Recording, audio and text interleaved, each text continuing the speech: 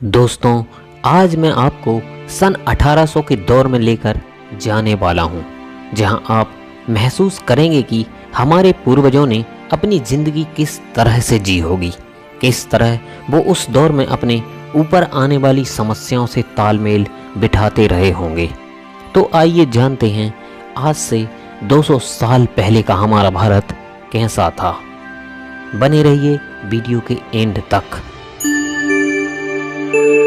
शुरुआत करते हैं अंग्रेजों के भारत आने से। अंग्रेजों ने 16वीं शताब्दी में भारत में दस्तक दे दी थी।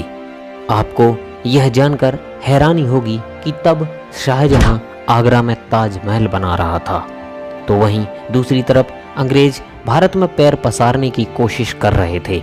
उस समय भारत में छोटे बड़े राजाओं के अलावा दो बड़ी ताकतें मौजूद थीं। एक थी औरंगजेब की मुगलिया सल्तनत और दूसरी थी मराठा साम्राज्य। अंग्रेजों ने इंतजार किया कि ये दोनों आपस में लड़ें।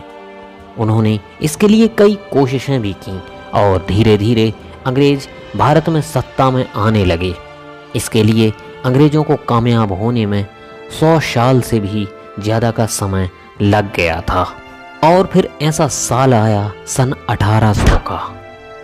आज से करीब 200 साल पहले और आज के भारत में करीब करीब सभी क्षेत्रों में बदलाव हो गया है।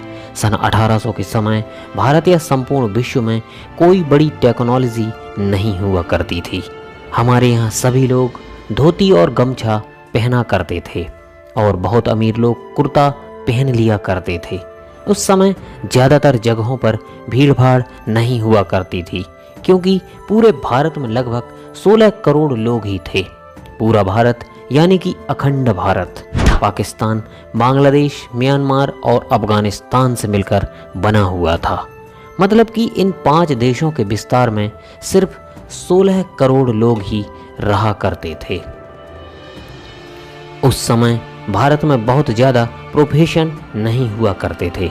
अधिकांश लोग तो किसान हुआ करते थे, जो पूरे दिन खेतीबाड़ी और पशुपालन करते थे और शाम को अपने घरों में आकर भजन कीर्तन और सत्संग किया करते थे। फिर रात में जल्दी सोना और फिर सुबह जल्दी से उठ जाते थे। यही भारत के लोगों की नित्य कर्म और नित्य की दिनचर्या हुआ करती थी। तब लाइट्स नहीं थीं, इसलिए शाम को भजन या ईश्वर पूजा में बाधा ना आए, इसलिए दिए जलाए जाते थे। कुछ लोग दूसरे कामों को भी संभालते थे, जैसे कुम्हार, धोबी, सुनार, ये सब। लेकिन इनका भी जब दिन खत्म होता था तो शाम को ये भी यही सब भजन कीर्तन या भक्ति किया करते थे। दोस्तों, ये तो थी गांव की बात। और उस समय इतने गांव थे कि गांव ही भारत को रिप्रेजेंट किया करते थे।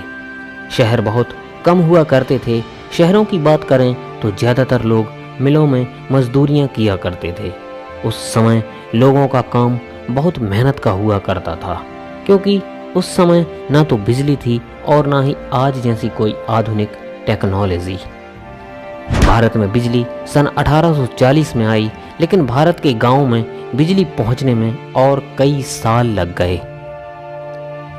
एक डाटा के अनुसार सन 1800 के आसपास एक यूरोपियन क्लर्क की सैलरी 40 पाउंड थी। मतलब कि एक आम भारतीय का वेतन इससे 40 गुना कम। अब इससे आप अंदाज़ा लगा सकते हो कि भारतीय किसानों की क्या आय रही होगी। ऊपर से किसान बाढ़, सूखा और लगान की मार भी झेलते थे। उस समय अमीर तबक्का भी हुआ करता था। इसमें सब तो नहीं, लेकिन कुछ अमीर ज़्यादा हमेशा ही इस फिराक में रहते थे कि कैसे भी करके अंग्रेज़ों के साथ उनकी दोस्ती हो जाए। और कुछ अमीर अपनी सूझबूझ और स्किल के माध्यम से ठीक ठाक पैसा कमा लेते थे। आज के समय में बीमारियां आम हो गई हैं, लेकिन उस वक्त भी कई बीमारियां मौजूद थीं, जैसे कि कॉलेरा और प्लेग आम थे। इन बीमारियों की कोई दवा नहीं थी और इसके सामने लोग बेबस थे। और अधिकतर दिक्कत प्रेगनेंसी में होती थी और जानकारी के अभाव में प्रेगनेंसी के दौरान महिलाओं को अपनी जान से हाथ धोना पड़ता था और इसके कारण कई सारे बच्चों की भी जिंदगी खत्म हो जाती थी। बात करें उस वक्त के चुनिंदा लोगों की, जिसे खुश कह सकते हैं, तो बस वही लोग थे जो या तो अच्छे किंगडम थे या फिर अमीर थे। बाकी दबे कुचले लोग गरीबी और बदहाली के कारण ही बेबस थे। और बात करें उस वक्त के एजुकेशन की तो 10% से भी कम पुरुष पढ़े लिखे थे और 1% से भी कम महिलाएं पढ़ी लिखी थीं। और इनमें से ज़्यादातर आंकड़ा शहरों का ही है। गाँव में तो इससे भी बदतर हालात थे।